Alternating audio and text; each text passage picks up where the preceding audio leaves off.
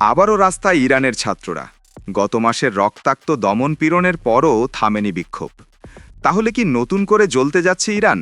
আর এর মধ্যেই কেন সামরিক শক্তি বাড়াচ্ছে যুক্তরাষ্ট্র? ইরানের সরকার বিরোধী আন্দোলনে দ্বিতীয় দিনের মতো রাজপথে নেমেছেন বিভিন্ন বিশ্ববিদ্যালয়ের শিক্ষার্থীরা। রাজধানী তেহরান সহ কয়েকটি গুরুত্বপূর্ণ শহরে বিক্ষোভের খবর পাওয়া গেছে। গত মাসে কঠোর দমন অভিযানে বহু মানুষের প্রাণহানির অভিযোগ উঠেছিল। সেই ঘটনার পর এই প্রথম এত বড় পরিসরে ছাত্রদের প্রকাশ্য প্রতিবাদ দেখা গেল।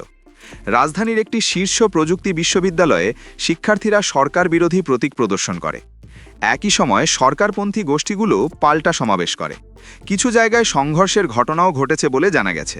তবে এখন পর্যন্ত গ্রেফতারের বিষয়ে স্পষ্ট তথ্য পাওয়া যায়নি। এদিকে পরিস্থিতি আরও জটিল হয়ে উঠেছে যুক্তরাষ্ট্রের সামরিক উপস্থিতি বৃদ্ধির কারণে। যুক্তরাষ্ট্র মধ্যপ্রাচ্যে বিমান ও নৌবাহিনীর শক্তি বাড়াচ্ছে, যা 2003 সালের ইরাক যুদ্ধের পর সবচেয়ে বড় সামরিক জড়ো হওয়া হিসেবে বিবেচিত হচ্ছে। ওয়াশিংটন ও তেহরানের মধ্যে পারমাণবিক কর্মসূচি নিয়ে আলোচনা চলছে। তবে সেই আলোচনা চলছে সামরিক চাপের ছায়ায়। মার্কিন প্রশাসন স্পষ্ট করে জানিয়েছে, ইরান যদি ছাড় না দেয় তাহলে অন্য বিকল্পও বিবেচনায় রয়েছে। ইরানও পাল্টা সামরিক মহড়া চালিয়েছে। দেশটির প্রেসিডেন্ট জানিয়েছেন, হুমকির মুখে তারা মাথা নত করবে না।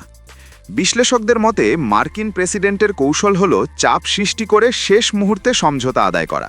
তবে এখন পর্যন্ত ইরান বড় ধরনের কোনো ছাড় দিতে রাজি হয়নি, বরং তারা আলোচনা দীর্ঘায়িত করার চেষ্টা করছে। শোনা যাচ্ছে মার্কিন প্রশাসন একটি নির্দিষ্ট সময়সীমা বেঁধে দিয়েছে।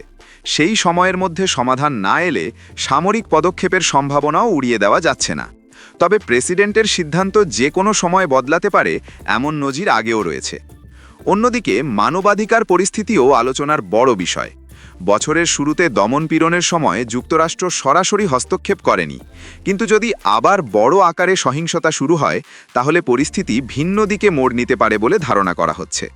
অর্থনৈতিক সংকট, উচ্চ মূল্যস্ফীতি, পানির ঘাটতি এবং বেকারত্ব সব মিলিয়ে ইরানে অসন্তোষ বাড়ছে। তাই অনেকেই মনে করছেন ছাত্র ও তরুণদের আন্দোলন এখানেই থেমে থাকবে না। পরিস্থিতি অত্যন্ত অনিশ্চিত। পরবর্তী পদক্ষেপ কী হবে সেটাই এখন বড় প্রশ্ন। আসসালামু আলাইকুম, আমি সিয়াম হোসেন। আপনারা দেখছিলেন ডেইলি প্রণয়। সত্যের গভীরে যেতে আমাদের সঙ্গেই থাকুন।